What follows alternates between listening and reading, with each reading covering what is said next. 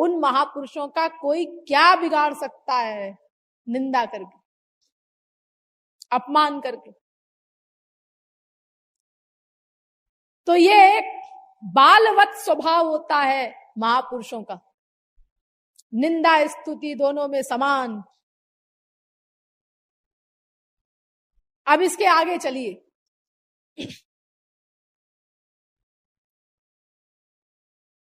एक चीज होती है महापुरुष के पास, जब कभी आपको कोई महापुरुष मिले तो वो वस्तु उसके अंदर पकड़ने की चेष्टा करिए। देखिए, मैं बहुत इंपॉर्टेंट बात बताने जा रही हूं। ये ऐसी राय है महापुरुष को पहचानने में जिसमें कभी भूल होने की संभावना नहीं। उस वस्तु को पकड़िए महापुरुष के अंदर। क्या वस्तु? उसको कहते हैं ईश्वरीय प्रेम, दिव्य प्रेम। ये जो प्रेम है, ये लेक्चरबाजी से मालूम नहीं चलेगा। कोई आपको भगवान की बातें बता रहा है, वेदों शास्त्रों की फिलॉसफी सुना रहा है मेरी तरह, तो उसका ईश्वर से प्रेम होगा, ईश्वरीय प्रेम उसको प्राप्त होगा, जिस प्रेम की मैं चर्चा कर रही हूं। ये जरूरी नहीं।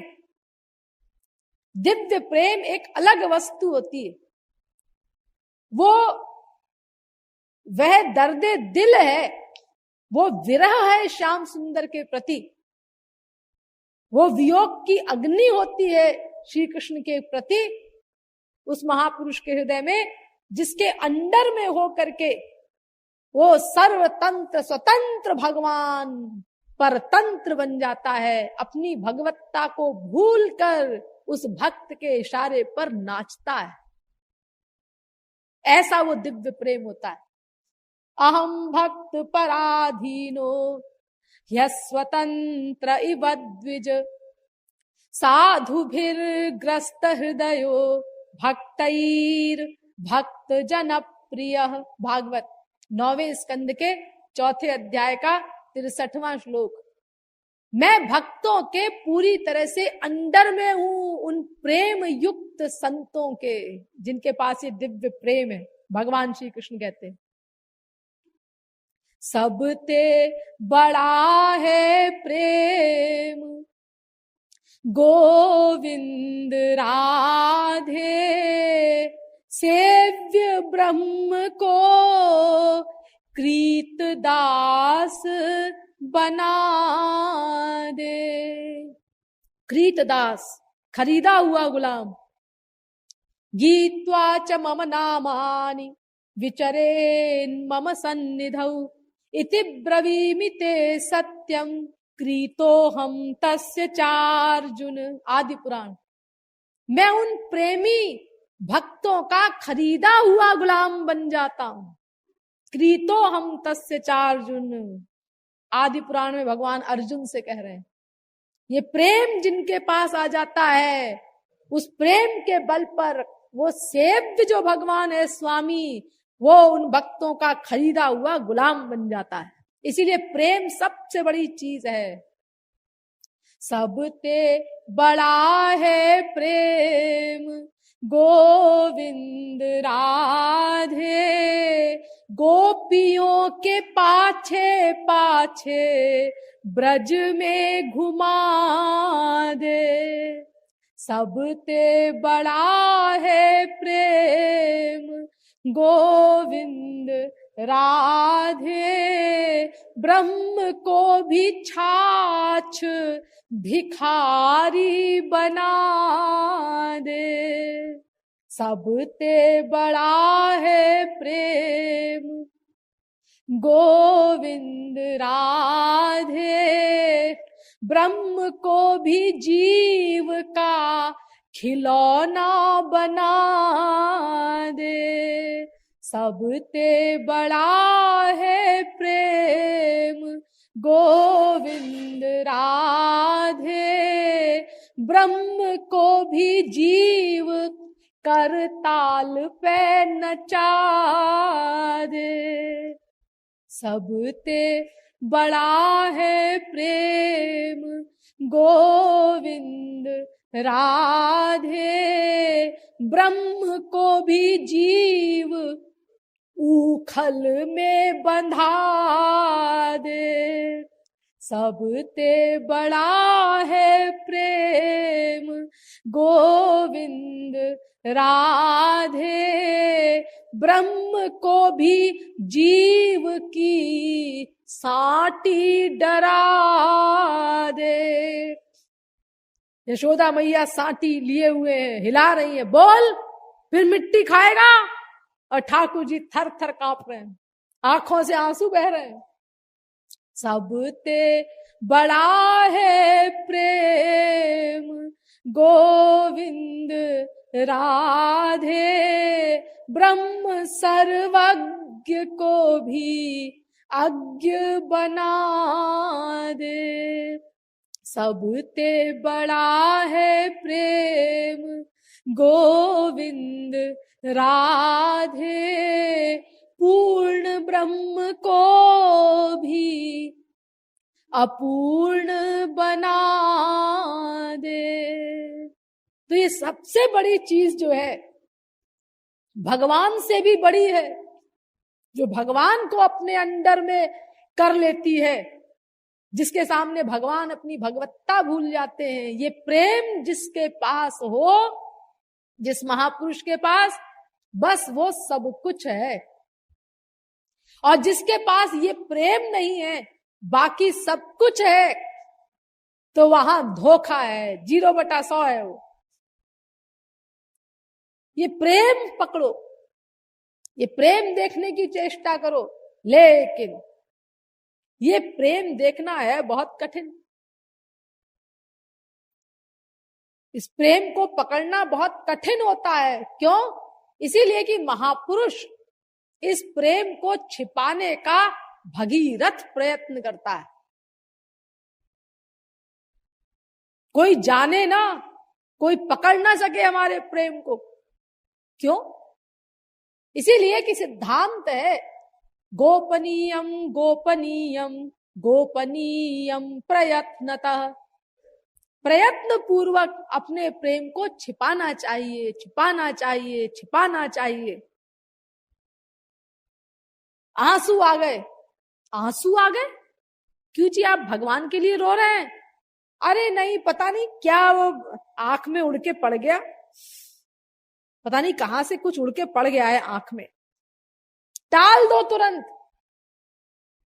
नहीं तो लोक रंजन की बीमारी पैदा हो जाएगी।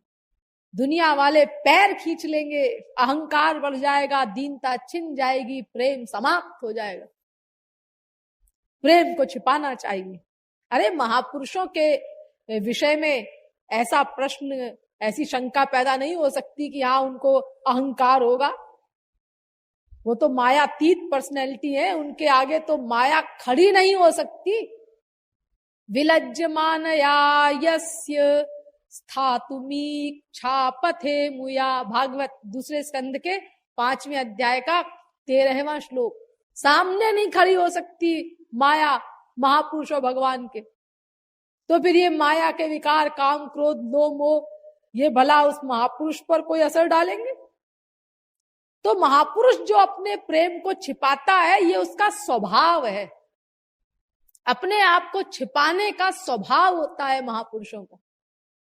इसीलिए वो भगीरथ चेष्टा करके उस प्रेम पर कंट्रोल रखता है कि आउट ना होने पाए। लेकिन जब उसे उसके प्रेमास्पद का वातावरण प्राप्त होता है, अनुकूल वातावरण, तो कभी कभी ऐसा होता है कि कंट्रोल करने पर भी वो प्रेम बाहर छलक पड़ता है।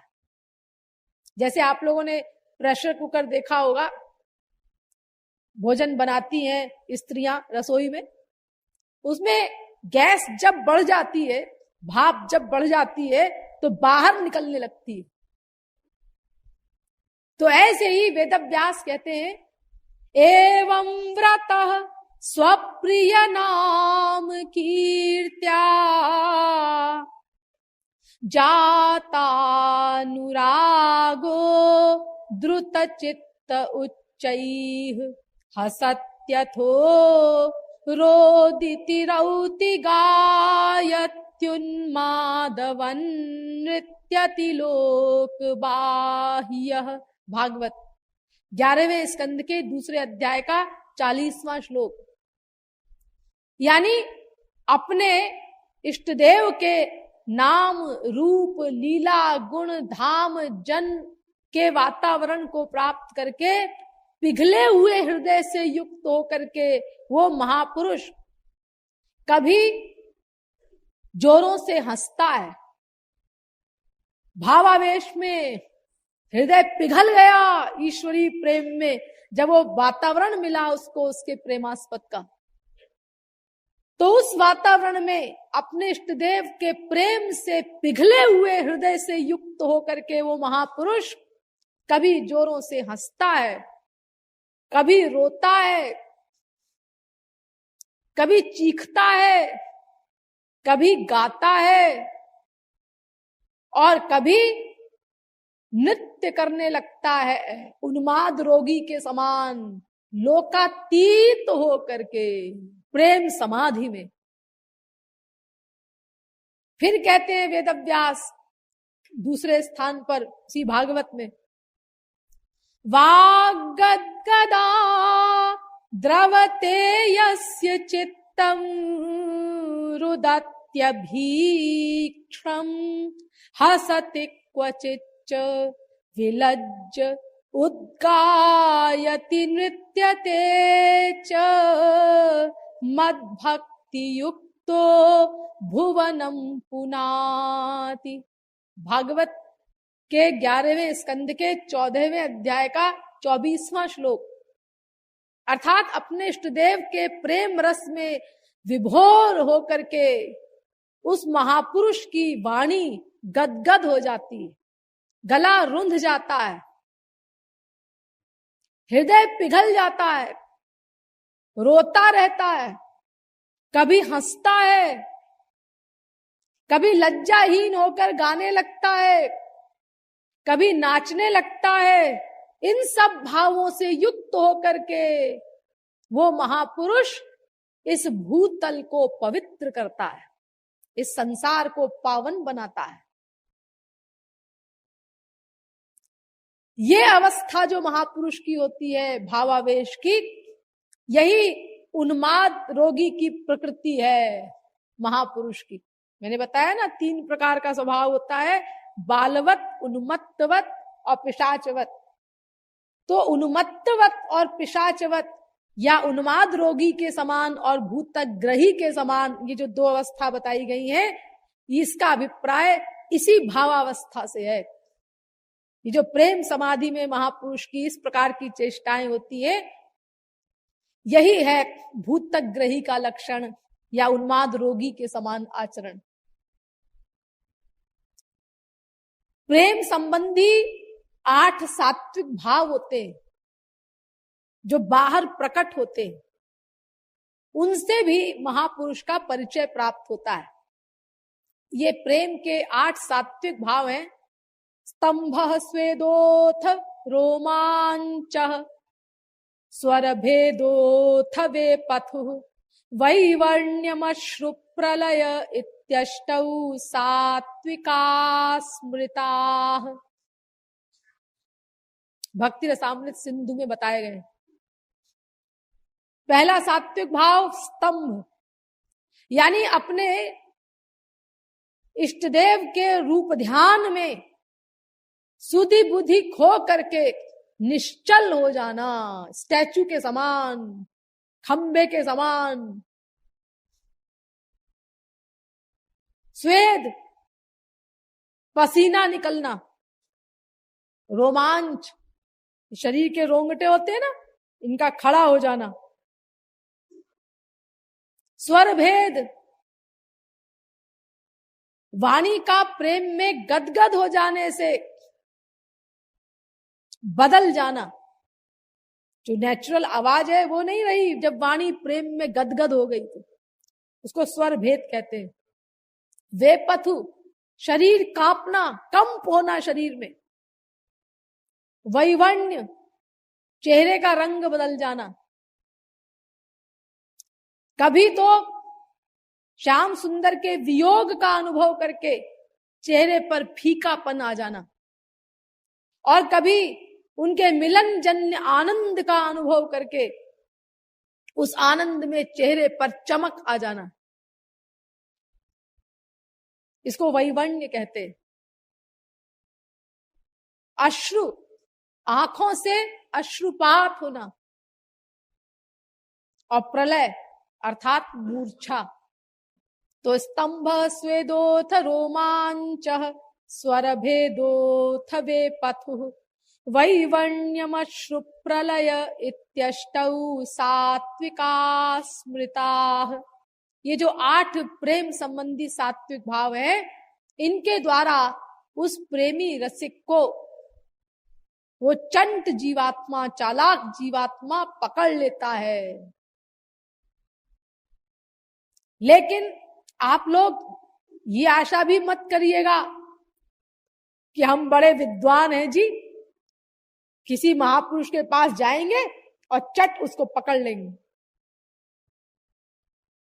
ऐसा अहंकार लेकर के मत जाइएगा, वहां तो सरस्वती बृहस्पति की बुद्धि फेल हो जाती है महापुरुष के आगे। और अहंकार लेकर के जाओगे तो गए काम से। ये महापुरुष और भगवान एक होते हैं। जैसे भगवान का अहंकार दुश्मन है, ऐसे ही महापुरुष का भी है। महापुरुष देखेगा कि अच्छा ये हमको जज करने के लिए आ रहा है, वो उल्टी चाबी घुमा देगा। ऐसा कोई नाटक कर देगा वो जानबूझ करके कि आप सीधे अबाउट टर्न होकर के भाग जाएं। ऐसी ऐसी तरकीबें भी महापुरुषों को आती हैं, एक खिलवाड़ में सबको भगा दे। जैसे मान लीजिए कोई महापुरुष आपके घर में ठहरा है या किसी के घर में ठहरा है, अब उसने कह दिया उसको कि जाओ तुम सवेरे सवेरे तमाम लोगों के घरों में जाओ शहर में, और सबसे कहो कि वो जो बाबा जी लेक्चर देते हैं ना, वो जो हमारे घर में ठहरे थे, वो तो नंबरी डकैत निकले, और मेरी बीबी के जेवर लेकर के जब भाग रहे थे तो मैंने रंगे हाथों पकड़ लिया उनको। अब आज्ञा हो गई, जाना पड़ा उसको, और उसने ये सब बोल दिया, मान लो। तो अब क्या होगा? जो सुनेगा वो उस बात पर विश्वास कर लेगा और अबाउट टर्न हो जाएगा। फिर लेक्चर सुनने नहीं जाएगा वो बाबा जी का, महात्मा जी का। फिर महात्मा जी अकेले ही बैठे नजर आएंगे स्टेज पे। हाँ, यानी इतना भी विचार नहीं करते हम लोग कि अगर वो चोरी भी करेगा तो हमारे घर में तो नहीं कर रहा है ना, दूसरे के घर में अगर वो चोरी भी करेगा तो हमारे घर में तो नहीं कर रहा है। हम कम से कम प्रवचन का लाभ तो ले। अरे वो भगवान की बात बता रहा है, शास्त्रों वेदों की बात बता रहा है, उससे हमारा लाभ ही होगा, हम अपना लाभ क्यों छोड़े? और फिर अगर हमारे घर में भी वो ठहरेगा तो हम जेवर लॉक करके रख देंगे, ये कोई नहीं सोचेगा, सब अबाउट टर्न हो जाएंगे। ये हम लोगों की अकल का हाल है। और उसकी हाँ में हाँ मिलाने लगेंगे सूचना देने वाले की, हाँ हम तो पहले ही सोच रहे थे जरूर कोई गड़बड़ है, हाँ हमको तो पहले ही डाउट था उन बाबा जी पर, और देखो हमारा डाउट सही निकला। ऐसे बोलने लगेंगे लोग। ये अकल है दुनिया वालों की। तो देखिए, महापुरुष अगर सोच ले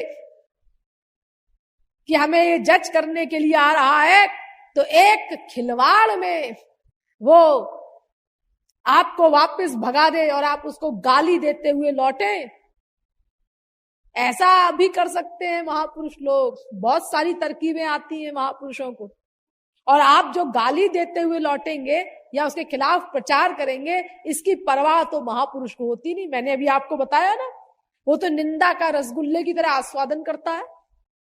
या सब अगर ऐसे ना भी हो, जैसे हमारे महाराज जी हैं, तो चलो निंदा स्तुति उभय सम, ये तो मानेंगे आप, ये तो महापुरुष का लक्षण है। यानी निंदा का कोई महत्व नहीं है महापुरुष के लिए। तो आप क्या बिगाड़ लेंगे महापुरुष का? अपना बिगाड़ लेंगे आप। नाम अपराध में गिरफ्तार होकर के और आप नरक पहुंच जाएंगे। इसीलिए शास्त्र कहते हैं कि महापुरुषों के पास जब जाओ तो श्रद्धा युक्त होकर के जाओ।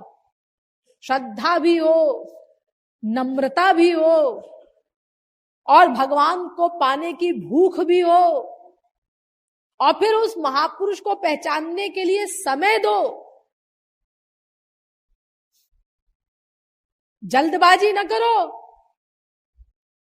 इतनी बड़ी समस्या महापुरुष को पहचानने की, और आप चाहते हैं 1 घंटे में हल हो जाए। अरे समय देना पड़ेगा आपको। वो अपने प्रेम को इतना छिपाता है, उसके साथ थोड़े दिन लगातार रहिए और उसे उसके प्रेमास्पद का अधिक से अधिक वातावरण प्रदान कीजिए। फिर उस वातावरण में उसके चेहरे के भावों को रीड कीजिए, उसके पीछे लगी रहिए, सवेरे, दोपहर, शाम को। 1 दिन, 2 दिन, 4 दिन, 6 दिन, कभी ना कभी तो उसका प्रेम प्रकट होगा। कहां तक कंट्रोल करेगा महापुरुष? अरे 1 दिन कर लेगा, 2 दिन कर लेगा, 4 दिन कर लेगा। जिसके अंदर प्रेम का समुद्र भरा पड़ा है वो कब तक कंट्रोल करेगा? अधिक से अधिक उसको वातावरण प्रदान कीजिए और उसके उस प्रेम को बाहर निकालने की चेष्टा कीजिए। देखो, संसारी प्रेम भी वातावरण मिलने पर आउट हो जाता है। मान लीजिए आपकी लड़की का किसी से प्रेम है और आप पता नहीं लगा पा रहे हैं कि किससे इसका चक्कर चल रहा है, तो आप लड़की को डांटते हैं, बता किससे किसके साथ तेरा चल रहा है, बताती है कि नहीं, गला घोट दूंगा, पैर तोड़ दूंगा तेरे, इस प्रकार डांटते हैं। तो लड़की को और जोश आ जाता है, कहती है ठीक है, फिर तुम गला घोट दोगे हमारा तो हम उसी से प्यार करेंगे। और ऐसे समय में वो भोले भाले बच्चे एक चौपाई का प्रयोग करते हैं, वरऊ शंभु न तू रहूं कुंवारी। हाँ, ब्याह करूंगी तो उसी के साथ करूंगी मैं, वरना कुंवारी रहूंगी मैं। तो ये तरकीब नहीं है जानने की। उसकी बड़ी अच्छी तरकीब एक हमारे महाराज जी बताते हैं, उससे आप काम करिए तो आपको सफलता मिल जाएगी। आप अचानक एक दिन अपने घर में आइए बाहर से और अपनी बीबी से कहिए, सुनती हो जी, या जो भी आप बोलते हैं, आजकल तो नाम लेते हैं लोग। अब वो बीबी कहेगी क्या है, जरा इधर आओ, तुमसे कुछ बातें करनी है जरूरी। अब उसी समय लड़की से कहिए तुम बाहर जाओ, तुम्हारी माँ के साथ मुझे कुछ प्राइवेट बात करनी है। अब वो लड़की समझ लेगी मेरे बारे में ही कोई बात है, तभी मुझे बाहर निकाला है। अब वो कान लगा के सुनने का प्रयत्न करेगी।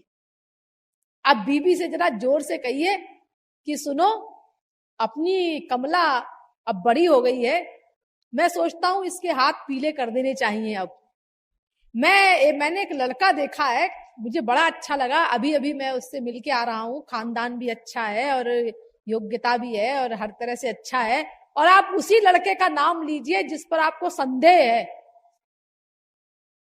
कि इसके साथ इसका हो सकता है प्यार।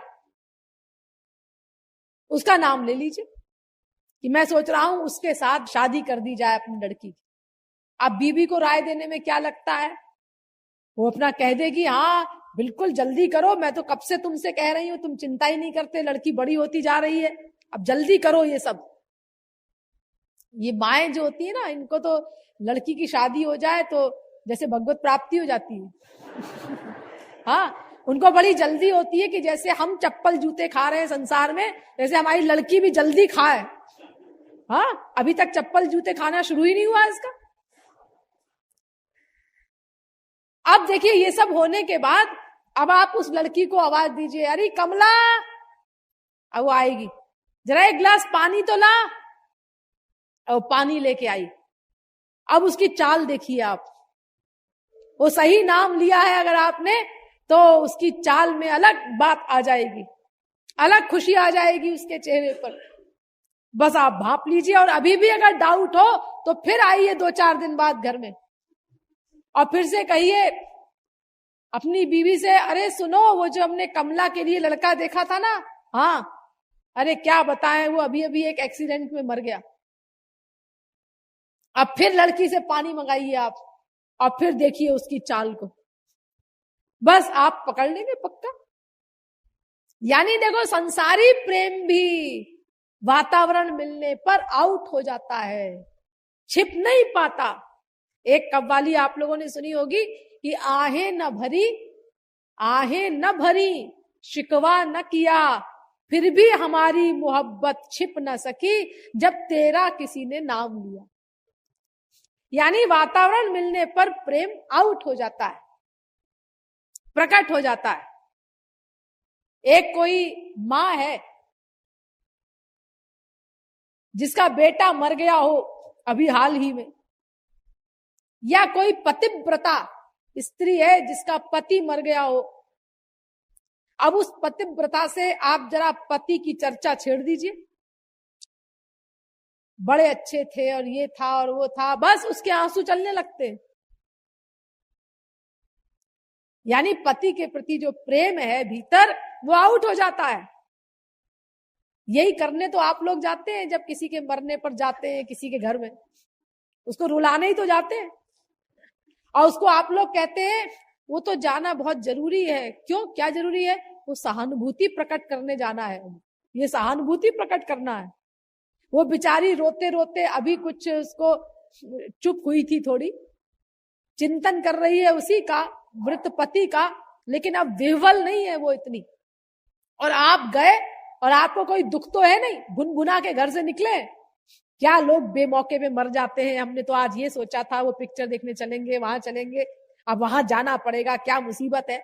ऐसे भुनभुना के तो घर से निकले और वहां जाकर के उसके आगे बैठ गए मुंह बना करके, कोई भी काका काकी, मामा मामी, ताऊ ताई, कोई भी, और अपना आकर के क्या हुआ, कैसे हुआ, परसों तक तो ठीक थे ऐसे बोलते हैं। अब बेचारी जो थोड़ी शांत हुई थी वो फिर रोने लगी। इसको आप लोग सहानुभूति कहते हैं। ये सहानुभूति प्रकट करने जाते हैं, ये सहानुभूति है। उसको और दुख देने जाते हो, रुलाने जाते हो। तो देखो, ये संसारी कूड़ा कबाड़ा स्वार्थमय प्रेम भी वातावरण मिलने पर आउट हो जाता है।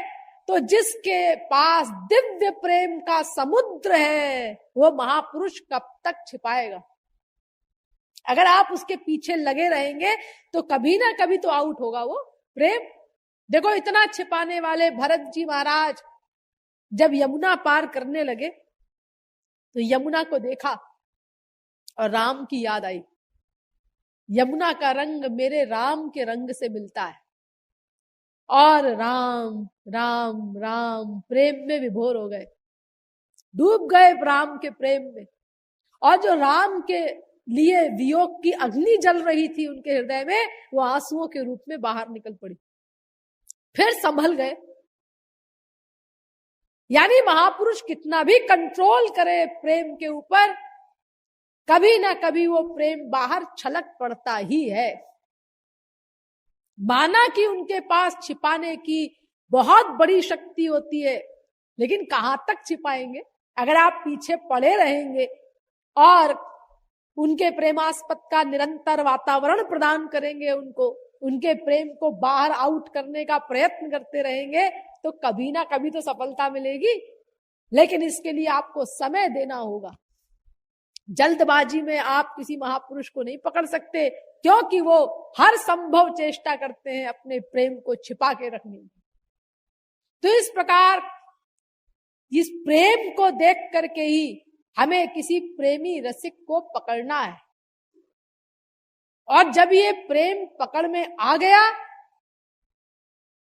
तो बस वही सौभाग्यशाली जीवात्मा है जिसने इस प्रेम को पकड़ लिया किसी महापुरुष के अंदर। इसके पास वो प्रेम है जिसके लिए रामायण में तुलसीदास जी ने कहा है कि प्रभु प्रसाद को पाव, कोई बिरला इस प्रेम को प्राप्त करता है। कहूं कहूं वृष्टि सारदी थोरी, ये जुलाई की वर्षा नहीं है, ये क्वार की वर्षा है, आश्विन की वर्षा है। मुक्तानामपि सिद्धानां नारायण परायणः सुदुर्लभः प्रशांतात्मा कोटिष्वपि महामुने। भागवत छठे स्कंद के 14वें अध्याय का 5वां श्लोक। करोड़ों जीवन मुक्त परमहंसों में किसी एक को ये प्रेम प्राप्त होता है। इतनी दुर्लभ वस्तु है ये प्रेम। इसीलिए इस प्रेम से युक्त अगर कोई महापुरुष आपको मिल गया तो फिर सब कुछ मिल गया आपको। वो चाहे वेश्या क्यों ना हो, चाहे चांडाल क्यों ना हो, अनंत कोटि ब्राह्मणों से ऊंचा स्थान मानना उनका, डरना नहीं, चैलेंज के साथ। भागवत प्रमाण है मेरी इस बात का।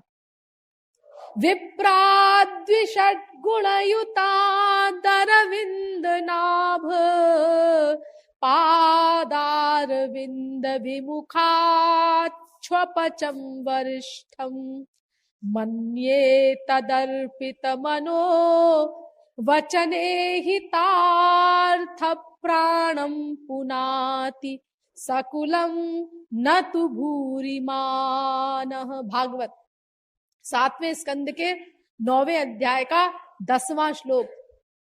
अहोवत श्वपचोतो गरीयान यज्जिह्वाग्रे वर्तते नाम तुभ्यं ते पुस्तपस्ते जुहुवुः सस्नुरार्या ब्रह्मानुचुर नाम गृणन्ति ये ते। भागवत 3 स्कंद के 33वें अध्याय का 7वां श्लोक। अर्थात जिसके पास ये ईश्वरीय प्रेम है वो चांडाल भी क्यों ना हो, वो उन करोड़ों ब्राह्मणों से श्रेष्ठ है जो ब्राह्मण 12 गुणों से युक्त हैं लेकिन प्रेम से रहित हैं। 12 गुणों से युक्त ब्राह्मण आज आपको दिया लेके ढूंढने पर भी शायद कहीं नहीं मिलेगा, लेकिन ऐसा ब्राह्मण भी हो, करोड़ों ब्राह्मण हो ऐसे, लेकिन ईश्वरीय प्रेम से रहित हैं, तो उन सब से ऊंचा स्थान उस चांडाल का है जो ईश्वर प्रेम से युक्त है। ऐसा कोई महापुरुष अगर आपको मिल गया, बहुत बड़ी चीज मिल गई, बिक जाओ उसके हाथों। ये वो चीज है जिसके पीछे पीछे भगवान चलते हैं। अनुब्रजाम्यहं नित्यं पूये ये त्यंघ्रिरेणुभिः। भागवत 11वें स्कंद के 14वें अध्याय का 16वां श्लोक। मैं उन प्रेमी संतों के पीछे पीछे चलता हूं, भगवान श्री कृष्ण कह रहे हैं स्वयं। क्यों चलते हो महाराज? उनकी रक्षा करने के लिए चलते हो? अरे नहीं, रक्षा तो मैं उनके भीतर बैठ के करता हूं। फिर क्यों चलते हो महाराज? मैं इसीलिए चलता हूं ताकि उनके चरणों से उड़ने वाली धूल पीछे चलने वाले मुझ पर पड़ जाए और मैं पवित्र हो जाऊं। इसीलिए मैं उनके पीछे पीछे चलता हूं। सोचो, इतनी बड़ी चीज है ये प्रेम, इतना ऊंचा स्थान है इस प्रेम युक्त महापुरुष का। इसके आगे भगवत प्राप्ति भी कुछ नहीं है, यहां तक कहा जा सकता है। माया निवृत्ति आदि कुछ नहीं इसके आगे। तुलयाम लवे नापि न स्वर्गम ना पुनर्भवम भगवत संगी संगस्य मर्त्यानाम किमुताशिषः। भागवत पहले स्कंद के 18वें अध्याय का 13वां श्लोक। इसका अनुवाद रामायण में है। 7 स्वर्ग अपवर्ग सुख धैर्य तुला एक संग तुले नताहि सकल मिली जो सुख लव सत्संग।